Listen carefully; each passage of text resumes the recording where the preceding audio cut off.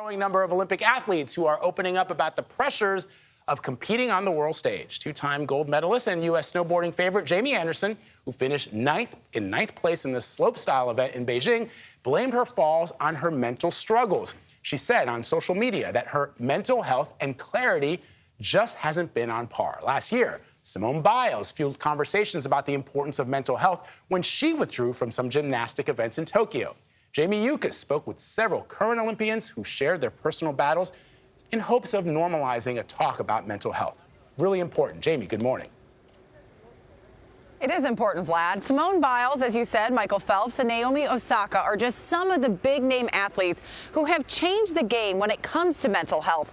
Now, here in Beijing, the U.S. Olympic and Paralympic Committee is working to focus not only on physical health, but mental health as well. And as we've learned, being in the right headspace can make or break a performance.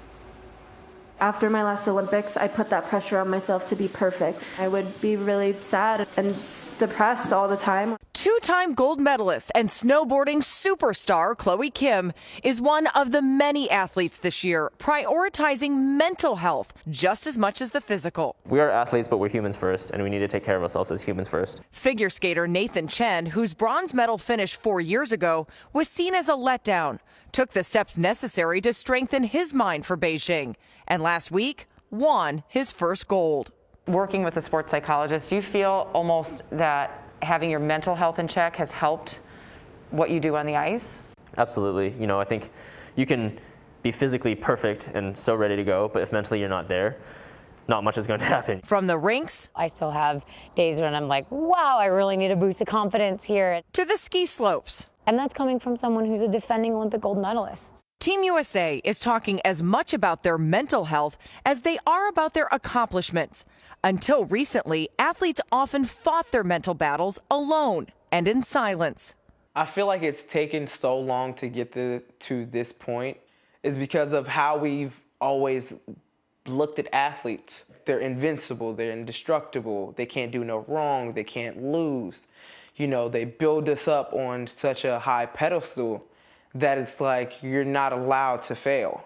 2 years before winning silver in shot put at the 2020 Tokyo Olympics, Raven Saunders hit rock bottom after she says she was not performing at her best. And it just felt like my coaches didn't care. It just felt like everyone around me didn't care. I was drowning and I was screaming for everyone to like help me, save me, but no one was there is what it felt like. In the spring of 2016, what I felt happened is that I bombed worlds, and really I wasn't perfect. Just like Raven, figure skater and bronze medalist Gracie Gold buckled under the pressure of becoming #1 in the world.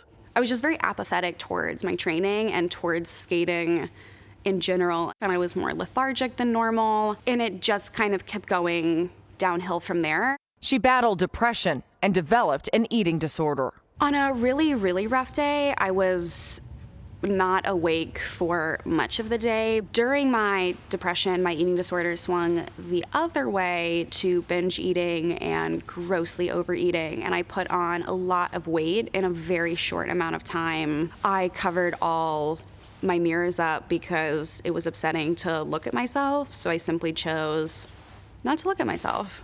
In the summer of 2017, Gold showed up to a training camp almost unrecognizable. And it just seemed like I didn't want to skate anymore, and like, why are you here? Like, you clearly just want to live a regular life. And I thought, what? No, I don't want to some days live any life. Like, it is not going well at all. It was a cry for help. And a year before the 2018 Olympics, where she was considered a gold medal contender, Gold checked into a mental health facility for 45 days. Are athletes a little different than the rest of the population in terms of how to deal with mental health? They are. The U.S. Olympic and Paralympic Committee now prioritizes mental health with a team of doctors here on site in Beijing. I think it's safe to say that everyone is using somebody around sports psychology, around mental health to improve performance. We are here for anything and everything, whether it's weight maintenance and well-being, whether it's a crisis, whether you're just feeling homesick and you want to talk to somebody once, but you actually have a therapist back home. The goal is to be proactive, not reactive. And athletes across the board are pushing for others to find themselves outside of their sport. It took me a while to understand the difference between who you are and what you are.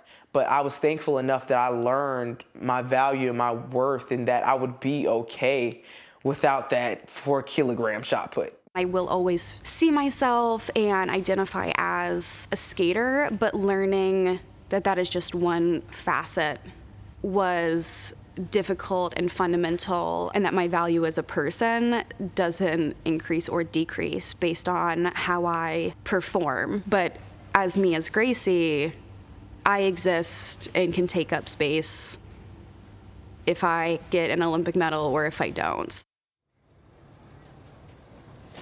Good perspective there. Gracie's working on a memoir and doing an ice tour as well this year. All the athletes we spoke with are encouraged by the new USOPC outreach. And Dr. Bartley says many athletes face financial challenges, making this program necessary. Tony. Jamie, a very delicate and important interview there, and we're so glad that Gracie Gold is doing better, it would appear. We appreciate a continued great coverage from Beijing. It just reminds us that these athletes, they carry the expectations of their fellow countrymen and women when they go into these games, and we see them almost in many instances as superhuman. Yeah. And what Jamie's reporting shows is that they're just like us, and they suffer through some of the same issues that we suffer through, but it's outsized because of their role in society. Yeah. Identity, though, is so tied to the sport and as athlete, and it's good for them to see themselves beyond that. But I think a lot of people have work and identity mixed up. Yeah, and so they do. The athletes having this conversation, I think, is helpful for all of us. That's right. Good point. All right, Jamie, thank you again.